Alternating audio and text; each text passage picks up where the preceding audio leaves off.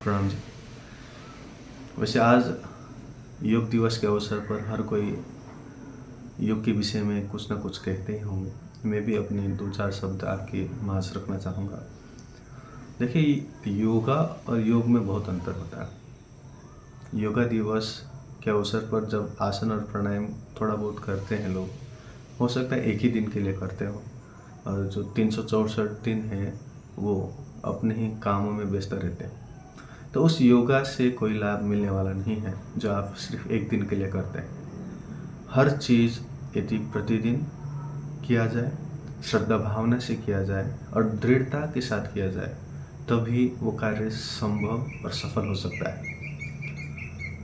तो इसीलिए जब महर्षि पतंजलि योग दर्शन को लिखते हैं तो पहला ही सूत्र आता है, अथ योग अनुशासनम। जो व्यक्ति योग में सफल होना चाहता है या पारंगत होना चाहता है, उसको अनुशासन में तो रहना ही होगा। जो व्यक्ति अनुशासन में नहीं रह सकता है वो कभी भी योग को प्राप्त नहीं कर सकता। अब योग क्या है? सिर्फ आसन और प्राणायाम करना योग नहीं है, ये तो हम सबको पता ही है। लेकिन योग का अर्थ होता है मिलन करना। जैसे हम कौन हैं ये जानना, और साथ साथ में द्वारा हम बने हुए हैं उसको पहचान करना, या कहें आत्मा से परमात्मा तक जोड़ना, उसको हम योग कह सकते हैं। लेकिन जो व्यक्ति अनुशासनहीनता करता है, या जो व्यक्ति कहे खुद को पहचानना ही नहीं चाहता है, वो किस प्रकार से योग कर सकता है? तो ये भ्रम है जो हम सोच रहे हैं कि थोड़ा सा एक्सरसाइज वाले आसन करके हम योग को प्राप्त कर लेंगे। आजकल तो सुनने में आया है कि बियर योगा भी होता है।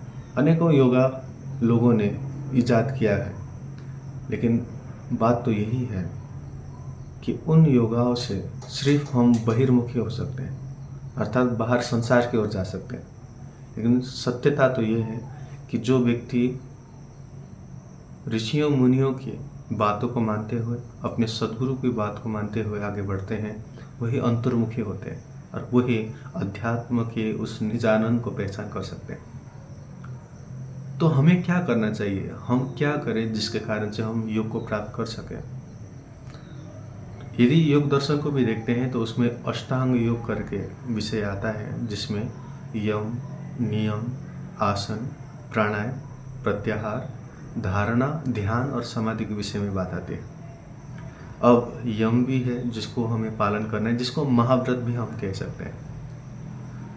यम का मतलब है जिसमें 5 अंग जुड़े हुए हैं, जिसमें अहिंसा, जिसमें मन, वचन और कर्म से हम क्या करें?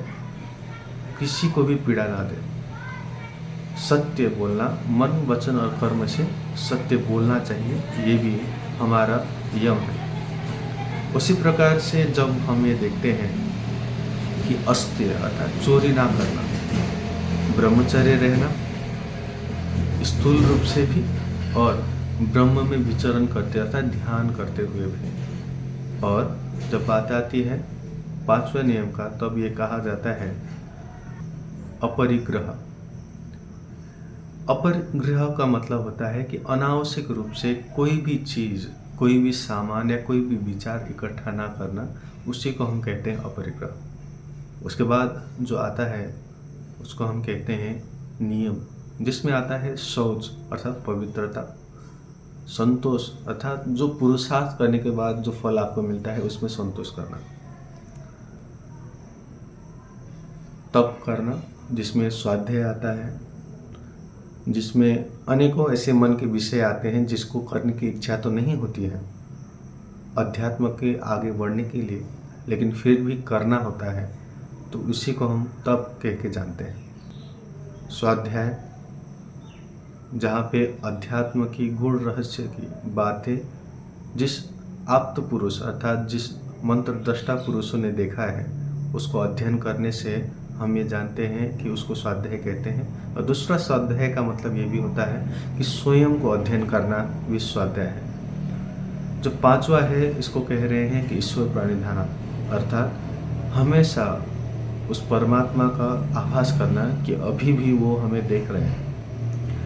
तो यम और नियम के बाद आसन, उसके बाद फिर प्राणायाम और उसके बाद आपको प्रत्याहार के विषय में बात आती है कि प्रत्याहार का मतलब होता है कि सभी अंग इंद्रियों को सिकुड़ के अंदर ले जाना अर्थात मन में स्थित कर देना, बाहर की वृत्तियों की ओर ना जाना ही प्रत्याहार कहलाता है। धारणा, किसी भी विषय में आप उसके जानकारी के मुताबिक आप कल्पना करते हैं या उसको देखने का प्रयास करते हैं थोड़े समय के लिए, तो उसको धारणा कहा जा सकता है।